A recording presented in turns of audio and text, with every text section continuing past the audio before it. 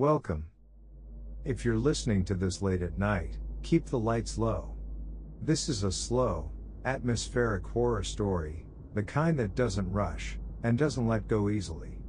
If you're new here, I appreciate you being part of the beginning. Now, listen carefully. I took the night shift because the job listing didn't make sense. No company name. No address. Just a time and a promise. Overnight security. One location. Minimal activity. Good pay. I applied out of boredom more than need. The confirmation email arrived instantly, like it had been waiting. The location was listed as Site 12. When I tried to look it up, nothing came up. No street view. No business registration. Even the GPS coordinates pointed to an empty stretch of road outside the city. I almost backed out. But at 9:40 p.m., a message arrived. You're expected at 10. Please don't be late. That should have been my second warning. The building sat alone at the end of a service road, surrounded by chain-link fencing and tall weeds. No lights. No sign. Just a concrete structure with no windows on the lower level. The door unlocked itself when I approached. Inside, the air was cold and dry. Too clean. Like nothing had breathed there in a long time. A desk stood in the center of the room. On it, a chair, a flashlight, a security monitor, and a folder. The folder was labeled Night Shift Rules. I opened it immediately. There were 7 rules on the first page. They were written clearly, professionally. No jokes. No unnecessary words. 1. Remain at the desk between 11 p.m. and 4 a.m. 2. Do not leave the building, regardless of what you hear outside. 3. If the monitors show movement where none should exist, look away. 4. Do not speak to anyone who enters after midnight. 5. If the lights turn off, stay seated until they return. 6. Never check the lower level. 7. If you feel watched, do not react. I read the list twice. Then a third time. The rules didn't scare me at first. They felt procedural. Like someone had tried to prepare for something without fully understanding it. I checked the monitors. 6 camera feeds. Empty hallways. Fenced perimeter. Nothing unusual. At exactly 10:59 p.m., the lights dimmed slightly. At 11 p.m., they locked into place. I sat down. That's when I noticed something written beneath the rules, in smaller print. These rules exist because the previous guard asked questions. I leaned back in the chair, uneasy now. At 11:17 p.m., one of the monitors flickered. Just for a second. When the image stabilized, I saw movement near the fence line. Not someone approaching. Someone standing still. Facing the building. And somehow, already aware of me. I didn't blink. I don't know why that was my instinct, but something about the figure on the monitor felt like a test. As if the moment I reacted, something would be confirmed that couldn't be taken back. The person outside the fence didn't move. No shifting weight. No breathing fog on the lens. No head tilt. Just a shape standing where nothing should have been. I checked the time. 11:18 p.m. Rule 3 echoed in my head: if the monitors show movement where none should exist, look away. So I did. I turned my chair slightly and stared at the wall instead, counting my breaths. 10 seconds. 20. 30. When I looked back, the fence line was empty. Relief washed over me too quickly, and that should have worried me more than the figure itself. At 11:26, the security radio crackled. I jumped. I hadn't noticed it before. It sat beneath the desk, dusty, unplugged. The speaker hissed, then a voice came through. Calm. Professional. Night shift, confirm status. I stared at the radio. Rule 4, do not speak to anyone who enters after midnight. It wasn't midnight yet. I leaned closer. This is the guard on duty. Who is this? Silence. Then, you're early. The same words the old man had used in Ravenport. My throat tightened. What's your name? I asked. The radio clicked off. I sat back, heart racing, realizing my mistake too late. The folder on the desk slid open by itself. A page turned. I didn't touch it. A new line had appeared beneath Rule 4. Do not respond to voices you did not expect. I hadn't expected the radio. At 11:41, the lights flickered. Not off. Not on. Just enough to notice. I stayed seated. Rule 5. The monitors dimmed with the lights, their images turning grainy, distorted. On one feed, the hallway camera, something moved across the frame. Not walking. Drifting.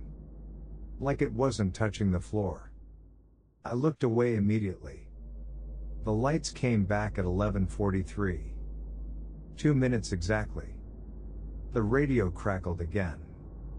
This time, I didn't answer. The voice continued anyway. You're doing well, it said. Better than the last one. I felt cold. How many guards were there before me? I asked before I could stop myself. The words hung in the air, heavy and irreversible. The lights went out. Completely. Total darkness. I froze in the chair, muscles locked, hands gripping the armrests. Rule 5 again, if the lights turn off, stay seated until they return. Something moved in the dark. Not on the monitors. In the room. I heard breathing. Close. Careful. Curious. I stared straight ahead, refusing to turn my head. You weren't supposed to ask that, the voice whispered, no longer coming from the radio. It was behind me now. The breathing stopped inches from my ear. Then footsteps retreated. The lights snapped back on. The room was empty. The monitors returned to normal. But the folder was open to a new page. This one wasn't typed. It was handwritten. Messy. Urgent. Do not acknowledge them once they speak to you directly. I swallowed hard. At 12 a.m., the building made a sound I hadn't heard before. A low, resonant click. Like a lock engaging far below my feet. Rule 6. Never check the lower level. The radio turned on by itself. Static. Then the voice, quieter now. Closer. You heard it, didn't you? I didn't answer. I wouldn't ignore it, the voice continued. Things get impatient down there. The monitor switched. Every feed showed the same image. A stairwell. Concrete steps leading down. And at the very bottom, just beyond the camera's range, something shifted in the darkness. Waiting. The folder slid again. Another sentence appeared, pressed hard into the paper. The lower level is not empty. It just isn't finished with you yet. I checked the time. 12:03 a.m. And for the first time since the shift began, I realized something terrible. The rules weren't meant to keep me safe. They were meant to keep everything else contained. The stairwell stayed on every monitor. Not looping. Not flickering. Just there. The camera angle was wrong. I knew that instinctively. It was tilted slightly downward, as if whoever installed it wanted to make sure the bottom of the stairs was never fully visible. As if seeing the last step was a privilege you had to earn. or a mistake you had to make. I sat perfectly still, eyes burning, forcing myself not to lean closer. Rule 1. Remain at the desk between 11 p.m. and 4 a.m. I hadn't broken it yet. That mattered. I could feel that it mattered. The radio crackled again, softer this time, almost hesitant. "You don't have to go down there," the voice said. "Not tonight." I didn't respond. "That rule is conditional," it continued. "Most of them are." A chill ran through me. The folder flipped another page on its own. This page was different. No numbering. No formatting. Just a block of text. Some rules are safeguards. Some are delays. Some only exist until they are noticed. I clenched my jaw. The lights dimmed again, not enough to trigger Rule 5, just enough to feel like a suggestion. At 12:19 a.m., a new sound joined the room. A rhythmic knock. Not at the door. From below. 3 knocks. Pause. 3 knocks. The stairwell monitor trembled slightly, as if something heavy was leaning against the wall just out of frame. I closed my eyes. Rule 6. Never check the lower level. Rule 7. If you feel watched, do not react. Both were impossible now. Because I wasn't just being watched. I was being waited for. My phone buzzed in my pocket, nearly making me jump out of the chair. I hadn't realized it had signal. One message. No sender. You can leave the desk. It won't count. I stared at the screen. That wasn't on the rules. Another buzz. The last guard waited too long. The knocking below grew louder. Faster. The monitors flickered, and for a split second, the stairwell feed showed something else. A hand. Long fingers, bent at the wrong angles, gripping the concrete wall just inside the frame. The skin looked stretched, like it didn't quite fit what it was attached to. I looked away instantly. My heart was pounding so hard I could hear it in my ears. The lights surged back to full brightness. The radio clicked on. "You're thinking too much," the voice said gently. That's what got him. I stood up before I could stop myself. The chair scraped loudly across the floor. Every monitor went black at once. The building groaned, deep and resonant, like something massive shifting its weight. The folder slammed shut. Then opened again. A new rule had been written in thick, uneven letters, carved so hard into the page that the paper had torn. If the desk is abandoned, something else must take its place. The knocking stopped. Silence flooded the building. Then footsteps began on the lower level. Slow. Measured. Ascending. I backed away from the desk, breath shallow, eyes fixed on the stairwell door across the room. It hadn't opened yet. It didn't need to. "You can still fix this," the radio whispered. "Just sit back down." The footsteps paused. Right beneath the door. A shadow pooled at the gap between the floor and the frame, spreading unnaturally, like liquid darkness seeping through. My phone buzzed one last time. "Choose." The stairwell door handle twitched. And for the first time since I arrived, I understood the real purpose of the night shift. Someone had to decide what stayed locked below. And someone had to be present when it decided to come up. I didn't sit back down. Not because I was brave. Because something inside me knew that once I did, I wouldn't stand up again as myself. The shadow under the stairwell door thickened, pulsing slightly, as if it were breathing. The handle rattled once. Not violently. Just enough to show it could. The radio spoke again, but the voice had changed. It wasn't calm anymore. "You're running out of time," it said. The building doesn't like hesitation. The footsteps below resumed. One step closer. Then another. Each one echoed through the concrete floor, vibrating up my legs. I backed toward the door, heart hammering, eyes never leaving the stairwell. Rule 2, do not leave the building, regardless of what you hear outside. I didn't hear anything outside. But I heard everything inside. The monitors flickered back on. Every screen showed the same image again, the stairwell, but closer now. The camera angle had shifted upward, revealing more of what waited below. A shape filled the lower half of the frame. Too tall to stand upright. Bent in places that shouldn't bend. Its outline blurred, like the camera couldn't agree on where it ended. Another step. The shadow reached farther into the room. I glanced at the folder on the desk. One last rule had been added at the bottom, written so faintly I almost missed it. Once it reaches the door, the shift ends. My stomach dropped.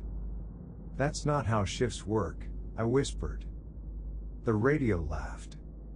A dry, rasping sound, layered with something else underneath it. That's how this one does. The stairwell door began to open. Not swinging. Peeling away from the frame, inch by inch, as if the door itself were being convinced to let go. Cold air poured into the room, carrying a smell like damp stone and old metal. Something brushed against the inside of the doorway, not stepping out, just testing the space. I saw part of it then. An arm. Or something pretending to be one. Too many joints. Skin pulled tight over angles that suggested it had been assembled rather than grown. It paused. As if listening. I realized then that it wasn't focused on me. It was focused on the desk. The place I was supposed to occupy. The building shuddered. Lights burst and died along the ceiling, plunging the room into half-darkness. The monitors glitched violently, static tearing across every screen. The radio screamed. Sit down. I ran. Not toward the exit. Toward the desk. The moment my hands touched it, the pressure in the room shifted. The shadow recoiled slightly, like it had been burned. The footsteps stopped. The thing in the stairwell tilted its head. It understood. I stood behind the desk, shaking, using it like a shield I didn't fully believe in. What do you want? I shouted. The lights flickered once. Twice. Then a voice answered, not from the radio, not from behind me, but everywhere at once. Continuation. The desk vibrated beneath my hands. Images flooded the monitors, flashing too fast to process fully. Empty chairs, different guards, different faces, all sitting where I stood now. Some were calm. Some were screaming. Some looked hollow, like they'd been there too long. The thing below leaned closer to the doorway. Presence keeps the boundary stable, the voice continued. Absence invites replacement. The rule folder slid open one final time. The last rule wasn't written. It was burned into the page. The night shift does not end. It only changes who works it. The stairwell door stopped opening. The shadow withdrew, slowly, reluctantly, like something denied its meal. The footsteps retreated. Down. Down. Until they faded completely. The light stabilized. The monitors returned to normal feeds. The building exhaled. I collapsed into the chair, chest heaving, hands numb. The clock on the wall ticked forward. 12:47 a.m. I was still alive. But I understood the truth now. I wasn't guarding the building. I was guarding the world from what it was holding back. After that, the building stayed quiet. Not peaceful, just controlled. The monitors showed empty hallways. The fence line was still. The radio remained silent, like it had said everything it was ever going to say. And yet I couldn't relax. Because now I understood that quiet wasn't the absence of danger. It was compliance. At 1:13 a.m., the lights dimmed again. This time they didn't flicker. They faded smoothly, as if the building was lowering its voice. I stayed seated. Rule 1 was no longer a rule to me. It was a lifeline. My eyes drifted to the folder on the desk. The burned words still looked fresh, as if the paper remembered heat it shouldn't have. The night shift does not end. It only changes who works it. I tried not to think about what the last guard might have done. I tried not to imagine him getting up, stretching, walking to the door like it was a normal job, and leaving the desk empty. I tried not to picture what replaced him. At 2:02 a.m., one of the monitors changed on its own. Only one. Camera 6. I hadn't noticed camera 6 before because it pointed at nothing useful. A blank wall in the corner of a corridor that never seemed to lead anywhere. Now, the view was different. It showed a door. A door that hadn't existed in this building when I arrived. It was old wood with peeling paint, completely out of place in the sterile concrete interior. A brass knob sat at the center, polished like it was touched often. Below the feed, a small label had appeared on the monitor overlay. Lower access. My stomach tightened. Rule 6, never check the lower level. But the building had already admitted something worse. Some rules were safeguards. Some were delays. Some existed until they were noticed. The radio clicked on for the first time in nearly an hour. No static.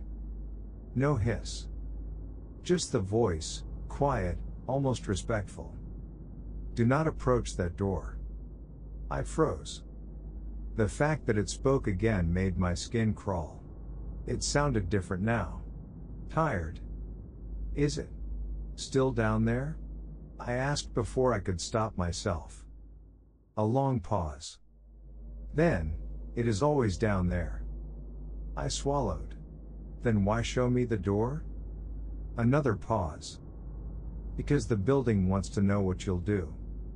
I stared at the monitor. The door on camera 6 didn't move. But something changed in the shadow beneath it. The darkness at the threshold thickened, folding outward like smoke with intent. My hands gripped the chair arms until my fingers hurt. I'm not going down there, I said. Mostly to myself. The radio answered quietly. Good. The lights returned at 2:15 a.m., and camera 6 snapped back to the blank wall. As if the door had never existed. As if it had only been a question. The rest of the shift passed in measured, unnatural stillness.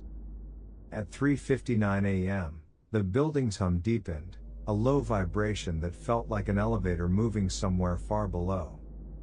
At 4 a.m., the pressure in the air lifted. Not fully, but enough to breathe. Rule 1 was over. I stood up slowly. The monitors didn't change. The radio didn't speak. Nothing tried to stop me. For a moment, I believed I'd survive the night. Then I noticed the clipboard beside the folder. It hadn't been there before. A sign-in sheet. Names and dates. Dozens of them. All written in different handwriting. All with the same shift time, 10 p.m. to 4 a.m. I scanned down the list until I found the most recent entry. The last guard's name. And beneath it, a blank line. A space waiting. Next to it, a pen that was already uncapped. My throat went dry. I looked at the building's front door. For the first time, I saw what the rules had been trying to hide from me. The door didn't open outward.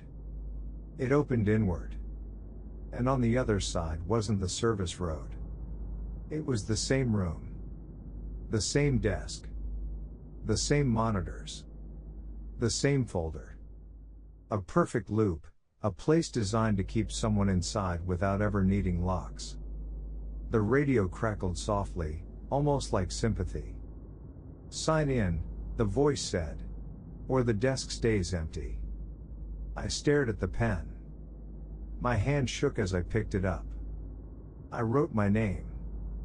The moment the ink touched the paper, the building relaxed, like a breath finally released. The door changed. When I looked again, it led outside. The sky was pale, early morning. Birds were beginning to sing, as if nothing had happened. I stepped out and the door closed behind me. I turned to look at the building one last time. There was no sign. No number. No indication it existed. Just empty ground and a service road that faded into weeds. My phone buzzed with signal. A new email. No sender. Just a subject line. Overnight security, Site 12. Beneath it, one sentence. "Thank you. Your next shift starts tonight. Thanks for listening." Which rule felt the most wrong, the ones on paper, or the ones the building never wrote down? I read every comment. And I'll see you in the next story.